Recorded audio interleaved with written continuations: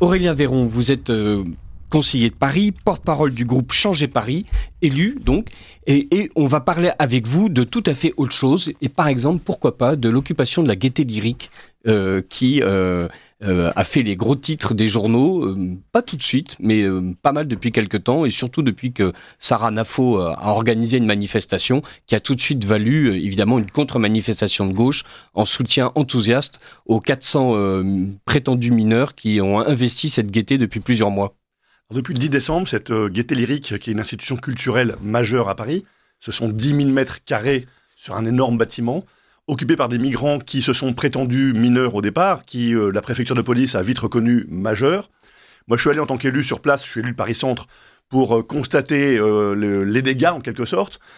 C'est d'abord très instrumentalisé, par les associations d'extrême gauche militantes, par des associations humanitaires qui prétendent visibiliser les migrants pour confronter les habitants à ces nouveaux venus qui n'ont pas de papier, et puis par la mairie de Paris, qui s'en est aussi un peu servi pour dire « Regardez, le gouvernement ne fait rien, c'est à eux de tout faire ». Le résultat, c'est que depuis le 10 décembre, cette Gaîté Lyrique est devenue une ZAD gigantesque entre les associations d'extrême gauche et ces migrants, que les 60 salariés sont menacés de licenciement parce que c'est une organisation avec 5 entreprises et associations jointes qui reçoivent quand même 3,7 millions € de subventions de la mairie de Paris, des contribuables. Mais depuis le 10 décembre, la Gaîté Lyrique ne fonctionne plus. Donc elle ne peut plus faire des spectacles, recevoir de la billetterie, et donc elle est au bord du dépôt de bilan. Et la mairie laisse faire. Donc il y a une sorte de coalition malsaine entre les associations d'extrême gauche, des ONG prétendument humanitaires, la mairie de Paris, qui est très à gauche, pour essayer d'en faire un instrument politique. Donc les migrants sont à la fois, d'abord, n'ont pas de papier, donc n'ont rien à faire là, et créent des tensions, des bagarres, il y a tous les jours des incidents dans le quartier, donc c'est vraiment préoccupant pour les riverains. Mais la gauche se sert d'eux pour un discours qui est un discours d'open bar, d'accueil sans limite. Donc nous sommes dans une confrontation politique dont les riverains sont les premiers otages et dont les migrants sont les instruments, malgré eux.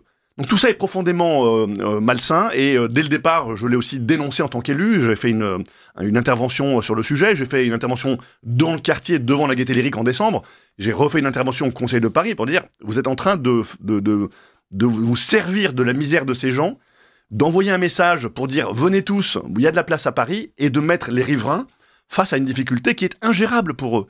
Quand vous habitez Paris, vous n'êtes pas outillé, vous n'êtes pas fait pour avoir des centaines de gens dans des tentes, dans des squats, qui se bagarrent entre eux, qui ont des enjeux d'ethnie, qui ont des enjeux de survie, et qui n'ont rien à faire là, encore une fois.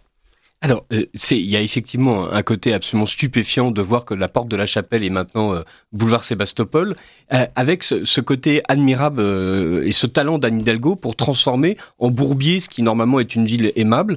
Et est-ce qu'il y a... on pourrait presque dire que ce point de crispation est presque à l'image de tous ces travaux qui surgissent partout, de la manière dont tout est régulièrement empêché. Vous parlez de la difficulté des riverains à vivre dans leur quartier, mais c'est une difficulté en fait qu'expérimentent tous les Parisiens avec le plan de circulation de Paris qui est devenu absolument aberrant, avec les travaux qui empêchent, avec les sens interdits qui se multiplient. Oui, alors la formule que David Alphand avait utilisée, c'était « Anne Hidalgo, c'est l'anti-Midas ». Tout ce qu'elle touche se transforme en plomb.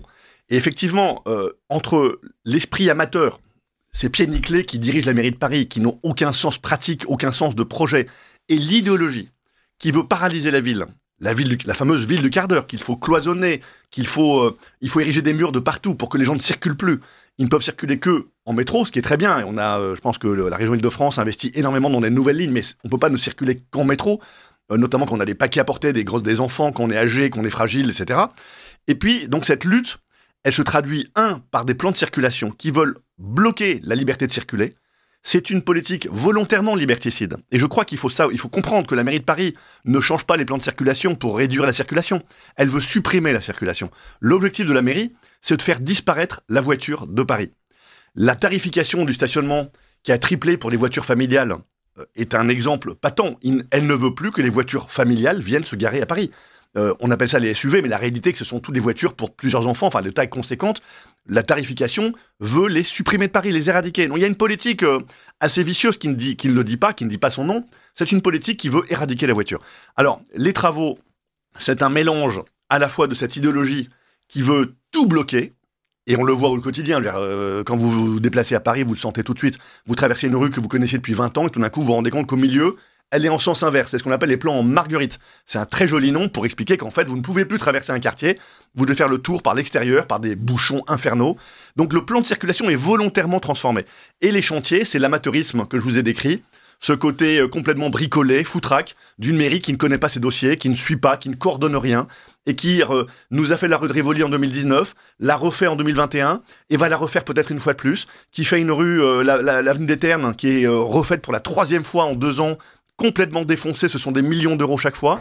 Donc il n'y a aucune vision, c'est de l'amateurisme, de l'improvisation. Est-ce que Paris, la capitale de la France, 120 milliards d'euros de PIB annuel, 2 100 000 habitants, mérite d'être géré avec cet amateurisme, cette improvisation, sans aucune vision? Alors, il y a une vision, puisque Anne Hidalgo proclame qu'elle veut au contraire être une ville-monde, une ville écologique, et que tous ceux d'ailleurs qui sont contre elle ne sont juste que d'infects fascistes. Oui, alors ça c'est la dialectique de la gauche, on connaît bien. Je crois qu'elle a ramené la vie parisienne à l'instant. Il faut faire la fête, il faut profiter, il faut, dans le chaos total, profiter de l'instant présent. Et c'est pas ça une ville, et surtout pas Paris ville-monde. Une ville-monde, c'est une ville dans laquelle on se projette. On se projette parce que c'est d'abord un marché de la culture, un marché de l'emploi, un marché de l'innovation, un marché de la science, des laboratoires de recherche. Donc cette concurrence, ce marché gigantesque qui nécessite de la densité et de la mobilité, ça repose au contraire sur la capacité de se projeter. Elle, ce qu'elle veut, c'est on ne circule plus. On a des terrasses partout qui envahissent les trottoirs et qui marchent jour et nuit du dimanche au dimanche, 7 jours sur 7. C'est profiter de l'instant présent. Mettons beaucoup de logements sociaux dont les habitants eux-mêmes ne sont pas des acteurs de la mairie ou de l'économie parisienne, mais des gens qui ne travaillent pas ou qui travaillent en banlieue. Donc c'est de perturber la sociologie parisienne, de bouleverser la vie et de vivre l'instant présent à plein. Est-ce qu'on vient dans une ville? Est-ce qu'on monte à Paris, comme on dit communément, pour vivre l'instant présent? Non, on monte à Paris parce qu'il y a des perspectives. Et je pense que le rôle de l'opposition et notre projet au municipal pour 2026, ça sera de réouvrir des perspectives. Quand on vient à Paris, quand on vit à Paris, et 70% des habitants ne sont pas nés à Paris, sont venus à Paris, c'est parce qu'on veut se projeter pour ses enfants, pour soi-même, pour sa vie culturelle, pour son épanouissement. Aujourd'hui, Anne Hidalgo a bloqué cette perspective en disant « Vous vivez l'instant présent, demain, j'en sais rien, c'est pas mon problème ». Et ben c'est pas comme ça qu'on gère Paris. Et je constate que Paris est en train de dégringoler dans tous les rangs, que la vie à Paris devient extrêmement désagréable, ruineuse et pas pratique. Donc la qualité de vie s'effondre et on ne peut plus se projeter. Qui a envie de se projeter à Paris? Alors, vous évoquez les municipales de 2026, il y a justement la loi dite PLM, Paris, Lyon, Marseille. On va peut-être modifier les règles électorales. Comment est-ce que le groupe Changer Paris se positionne sur cette loi PLM? On trouve que la loi PLM doit être réformée parce que la justice, l'équité démocratique, c'est une voix, un bulletin. Et aujourd'hui, dans certains arrondissements de gauche, chaque électeur pèse plus lourd dans la détermination du maire de Paris que des arrondissements de droite. Donc il y a un déséquilibre. Il faudrait juste que vous expliquiez aux auditeurs pourquoi est-ce qu'il y a ce déséquilibre. Chaque arrondissement, en fait, a un nombre de conseillers de Paris élus par les habitants de l'arrondissement. Et donc, si vous ramenez le ratio du nombre de conseillers de Paris par habitant, vous avez évidemment un poids par habitant. Et ce sont ces conseillers de Paris qui vont élire le maire de Paris. Donc il y a 2 niveaux. Et donc c'est une élection indirecte du maire, alors que partout en France, c'est un suffrage universel direct pour élire le maire. Donc l'élection à Paris fonctionne comme l'élection du président américain. On commence par élire des conseillers, et puis après, ces conseillers élisent le maire. Absolument. Et donc certains arrondissements ont plus de conseillers. Ont plus de conseillers par habitant, et donc ont plus de poids pour élire le maire. Comme par hasard, ce sont plutôt des arrondissements de gauche, et par conséquent, si on veut rééquilibrer le choix démocratique des Parisiens, il faut que ce soit qu'il y ait 2 listes, une liste pour le maire d'arrondissement, très important, la proximité, c'est lui qui va coordonner les agents, même si ses pouvoirs sont trop limités, on aimerait d'ailleurs qu'ils soient renforcés, mais ça la mairie peut le décider, mais deuxièmement, qu'on élise le maire de Paris, tous, avec une égalité de traitement des électeurs. Est-ce que tous les groupes de la droite parisienne ont la même position sur PLM, ou est-ce que Changer Paris est original ? Écoutez, il y a 3 mois, je vous aurais dit que tous les groupes de la droite avaient la même position sur la loi PLM. Pour des raisons obscures, peut-être tactiques, je les vois changer, retourner leur veste. Je pense que sur leur fond, tous leurs électeurs et tous les gens qui les soutiennent ont la même vision que le groupe Changer Paris, Rachida Dati, une voix, un bulletin. Par conséquent, je pense que c'est pas un sujet majeur. Là, on est dans le détail, mais globalement, tous les Parisiens, qui soient même de droite et certains que je rencontre de gauche, sont d'accord pour changer cette loi, qui est quand même assez inique. Elle est inique puisque, une fois de plus, il y a un déséquilibre démocratique. Dans les combats que mène Changer Paris, il y a, et vous l'avez souligné tout à l'heure, un enchérissement constant de la vie à Paris. D'ailleurs, vous avez aussi parlé de la sociologie. Les familles fuient Paris, et les écoles ferment, puisque voilà, il n'y a plus d'enfants. Il n'y a plus d'enfants dans les écoles parce que c'est beaucoup trop cher d'habiter et d'élever une famille à Paris.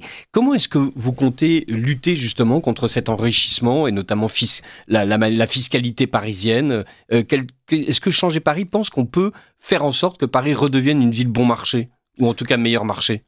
D'abord, le choix de la ville, c'est de chasser les familles. Elle l'assume, pas officiellement, mais quand vous discutez en off, vous sentez bien que la famille bourgeoise, la famille qui consomme, ils n'en veulent plus.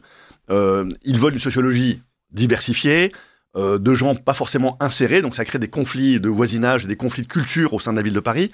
Nous, ce qu'on veut, c'est d'abord donner envie aux familles de revenir. Parce que Paris est cher, trop cher. D'abord, la logistique coûte plus cher qu'avant, parce que les plans de circulation font que tout ce qui est livraison, c'est renchéri. Le foncier devient très cher parce que ça devient une ville de touristes, et donc les grands groupes internationaux, et notamment il y a une relation quand même ambiguë entre certains groupes de luxe et la ville de Paris, qui veulent finalement chasser les habitants pour donner la priorité aux touristes. Donc ça renchérit évidemment le mètre carré, mais ce déséquilibre, on peut le rétablir si on donne envie aux familles de revenir. Ça veut dire traiter l'enfant convenablement, ça veut dire que l'enfant devient le roi de la politique municipale. Les activités périscolaires et l'école doivent redevenir la priorité de la mairie. La mairie a coupé ses budgets de soutien aux écoles. Le périscolaire est d'une médiocrité crasse. Les familles n'ont pas envie d'envoyer leurs enfants dans le périscolaire municipal parce que c'est juste nul. Il faut remonter ce niveau-là. Il y a des patronages qui fonctionnent très bien, donc il faut développer le patronage. Et donc, il y a toute une politique. Il y a la sécurité des enfants. Le drame du petit Elias et d'autres enfants, je ne parle même pas de Philippines et sortie de Dauphine, mais on a une insécurité à Paris qui est préoccupante pour les parents. Donc, si cette politique pro-famille est mise en place par le groupe Changer Paris, ça donnera aux familles, parce que quand vous parlez de renchérissement du coût de la vie, oui, Paris est cher, mais les familles sont prêtes à payer ce prix-là. Parce que quand vous allez à Neuilly ou dans les villes de l'Ouest ou à Vincennes qui sont aussi chères que Paris, au moins vous en avez pour votre argent. Ce qu'on veut donner aux familles, c'est le sentiment qu'elles en ont pour leur argent à Paris demain. Elles puissent se projeter pour les études de leurs enfants, la sécurité de leur environnement, que l'activité culturelle proposée aux enfants soit suffisamment vaste. Donc toute cette offre familiale, il faut la remettre sur la table, il faut la revaloriser. C'est une stratégie qui se recentre non pas sur les ZAD, les squats et la crasse, et sur l'idéologie, mais plutôt sur la famille. Ça me paraît pas très compliqué. Ça sera un des projets piliers du groupe Changer Paris en 2026. Alors, vous avez dit les ZAD, les squats et la crasse. Joli programme hidalguien. Elle met en avant plutôt le fait qu'elle va créer des rues-jardins dans lesquelles les enfants pourront jouer tranquillement, sans être dérangés par les voitures. Est-ce que ça, c'est une politique familiale ou est-ce... C'est ces genres de phrases pièges, parce qu'il y a des rues aux écoles qui sont formidables et qui sont reconnues par les familles. Donc, on peut pas être contre la rue aux écoles. Là, les rues jardins aux écoles, parce que les enfants, après l'école, finalement, ils ont une rue devant leur école avec un peu de verdure, ils peuvent jouer au foot ou faire du vélo.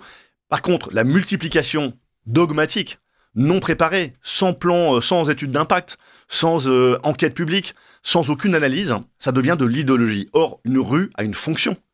Et je reviens à l'idée que Paris est un marché culturel, de l'emploi, de la scolarité, de la science, etc. Ce marché a besoin de fluidité, de mobilité. Et si on transforme systématiquement des rues, on parle de 500 rues là, d'une manière dogmatique, non réfléchie, pour empêcher la circulation, vous asphyxiez la capitale. Donc il faut trouver un juste équilibre entre ces rues aux écoles qui sont parfois très judicieuses, et puis cette généralisation qui n'a aucun sens.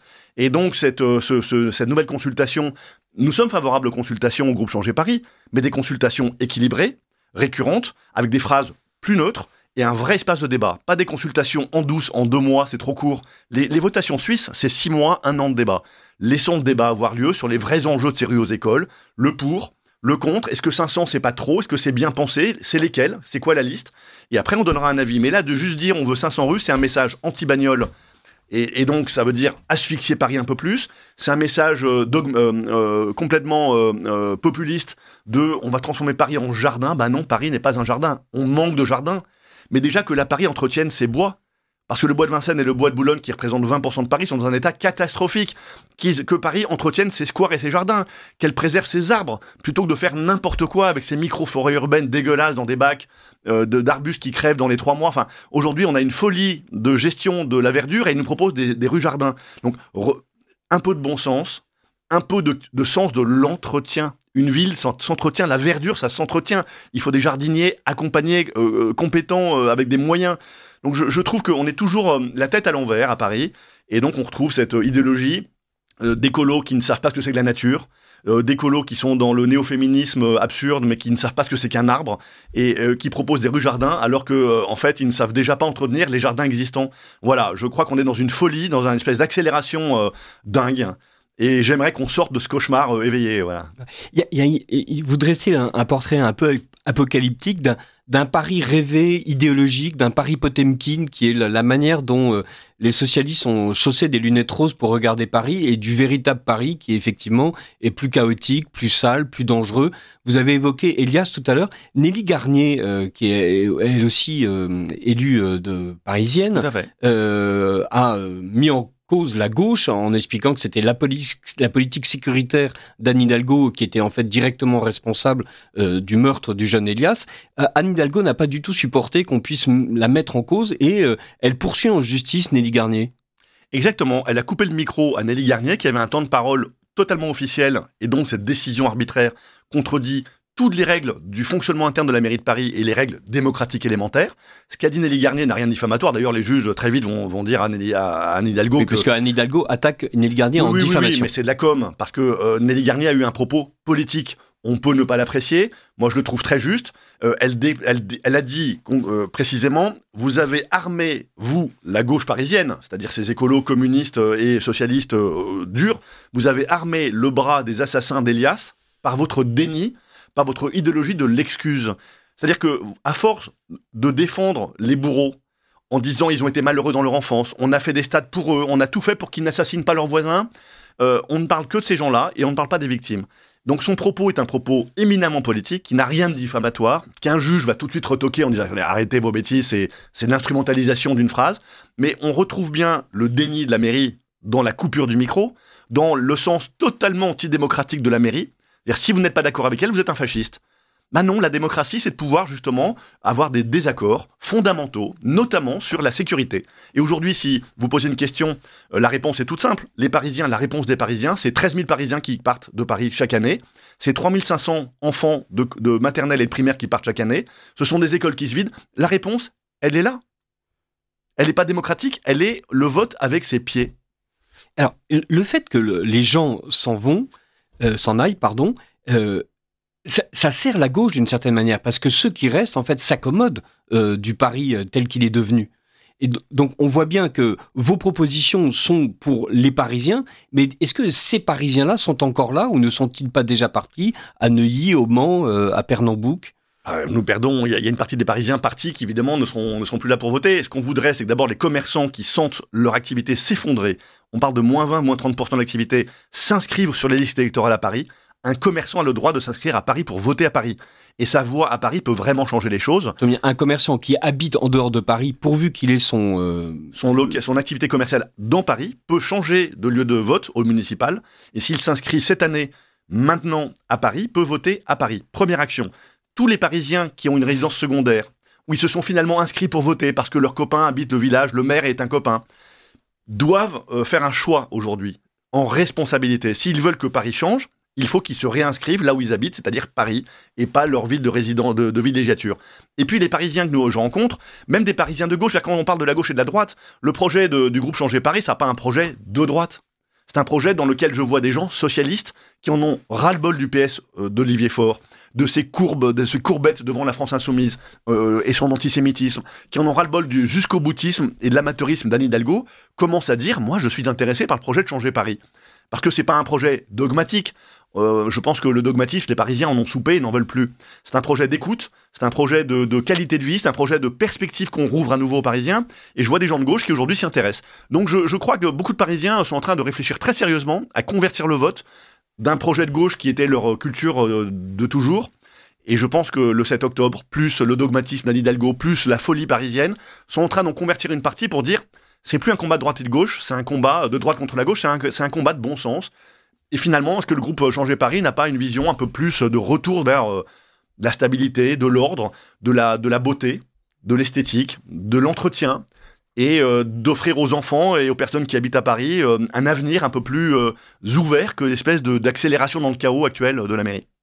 Aux États-Unis, on a vu des villes démocrates, c'est-à-dire des villes où la population vote majoritairement démocrate, qui avaient élu des juges démocrates, des shérifs démocrates, un maire démocrate, se mettre à continuer à voter démocrate au niveau national, mais à voter pour des shérifs républicains, des juges républicains et un maire républicain à cause des problèmes d'insécurité dans la rue, et principalement à cause des problèmes d'insécurité et moins à cause des problèmes de propreté ou d'environnement. Est-ce que vous pensez que le climat insécuritaire actuel dans Paris risque de pousser certains militants de gauche à faire un autre choix que celui que leur dicte leur cœur? Absolument. Enfin, moi, je le vois sur les marchés. Des électeurs qui se disent voilà, j'ai toujours voté à gauche, me le disent. Et puis la police municipale n'est là que grâce au groupe Changer Paris et à son groupe je vais pas dire son ancêtre, mais son prédécesseur, qui a poussé à cette police municipale dont la gauche ne voulait pas. On veut l'armer, la mairie ne veut pas. Demain, nous l'armerons en 2026. Nous voulons des caméras de vidéoprotection, la mairie n'en veut pas. En 2026, nous placerons des caméras de vidéoprotection, notamment autour des stades, des conservatoires et de tous les lieux où les enfants, le soir, rentrent chez eux et veulent de la sécurité. Bref, la sécurité, c'est un vrai sujet qui préoccupe des gens de gauche comme de droite, parce que tout le monde est concerné. Et donc, je suis assez confiant sur le fait que des électeurs qui votent à gauche ou Renaissance aux élections, et on s'entend d'ailleurs plutôt bien avec Renaissance sur les questions municipales, il y a des sujets où on a des différences quand même, mais que ces électeurs voteront aux responsabilités en 2026 pour revenir à une ville normale. La ville de San Francisco est un exemple assez intéressant. Ville très à gauche, liberté, drogue, le sexe, c'était la ville vraiment de toutes les libertés qui a donné naissance à toutes les grosses startups qui ont transformé le monde numérique avec la Silicon Valley pas loin. En fait, aujourd'hui, San Francisco s'effondre. La drogue est arrivée à son paroxysme avec du crack et du fentanyl un peu partout dans les rues, et des zombies. On a des zombies dans le triangle du crack. C'est en train de descendre sur le 2e arrondissement et les Halles. Des classes, un mélange ethnique complètement explosif, une insécurité totale, et tous les habitants, on va dire classe moyenne ou classe aisée, sont partis.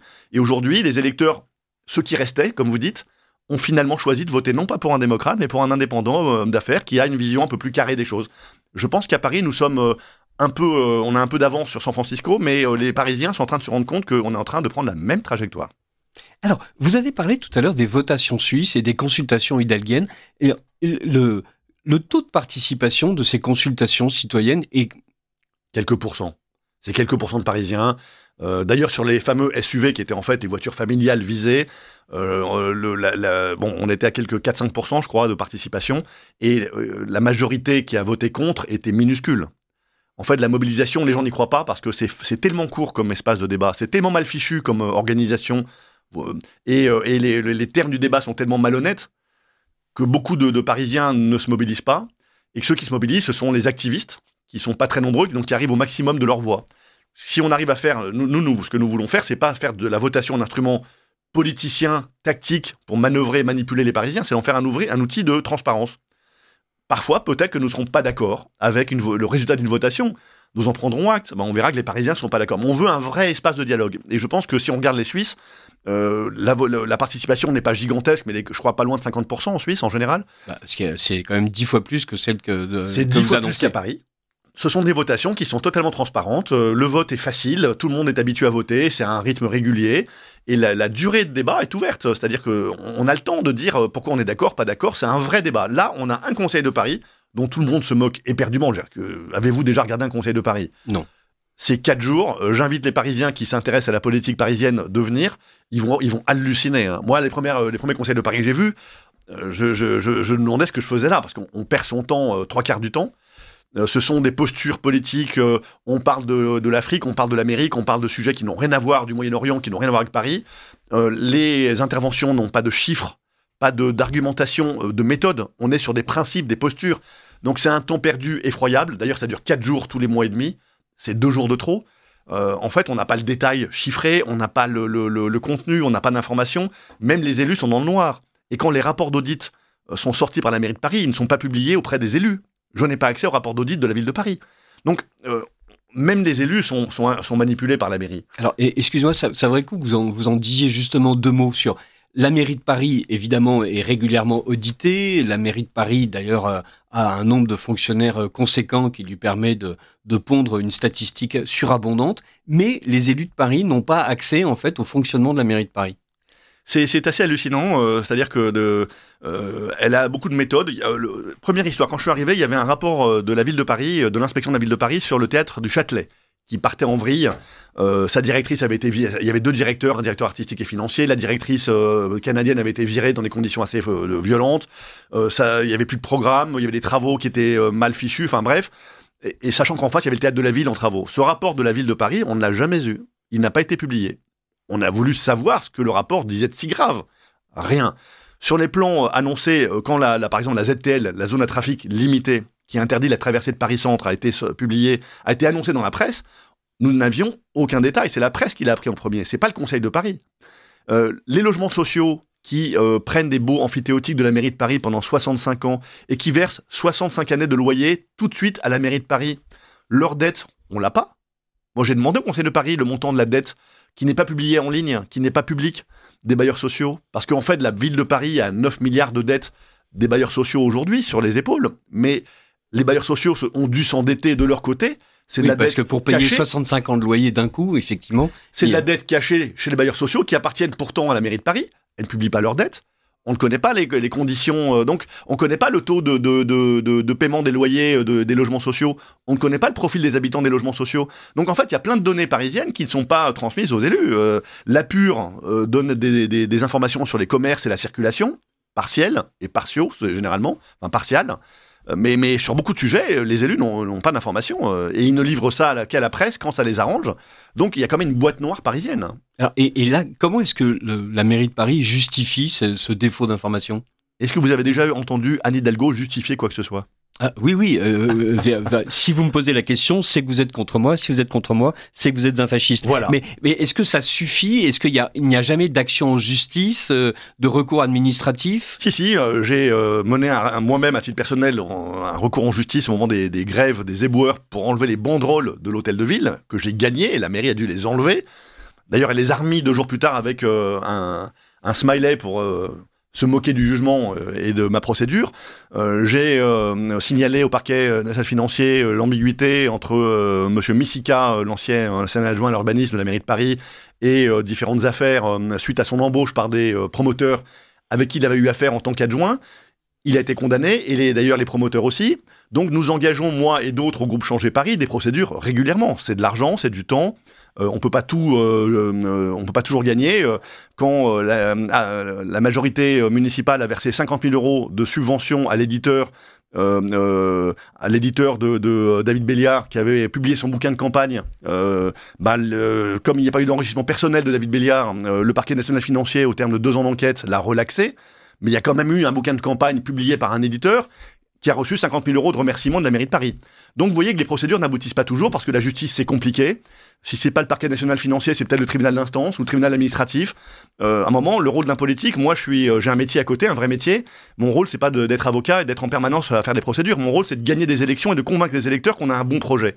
Donc moi, ma priorité, c'est d'abord de défendre un projet, celui de Rachida Dati, du groupe Changer Paris, élargi à tous ceux qui veulent travailler avec nous et qui ont la même vision, qu'ils soient de gauche ou de droite. Alors, ce projet, il nous reste 2 minutes pour l'évoquer. Si vous deviez parler des 3 mesures phares que vous prendriez en admettant, en espérant que Changer Paris réussit à emporter la mairie. Premier sujet, c'est la famille, comme je vous ai dit, c'est donner envie aux familles de revenir à Paris et leur dire, vous en aurez pour votre argent, vos enfants seront des rois, ils auront accès au meilleur du meilleur. Deuxièmement, je pense, la qualité de vie qui passe par la sécurité pour tous et qui passe par la fluidité de la circulation. Nous ne voulons pas des autoroutes, nous voulons un minimum de fluidité, qu'on puisse circuler quand on est parisien.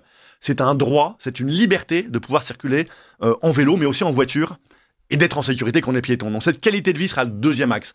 Et puis le 3e axe, je pense que c'est l'aspect patrimonial, culturel de Paris. Paris doit redevenir une ville de la culture, de la création.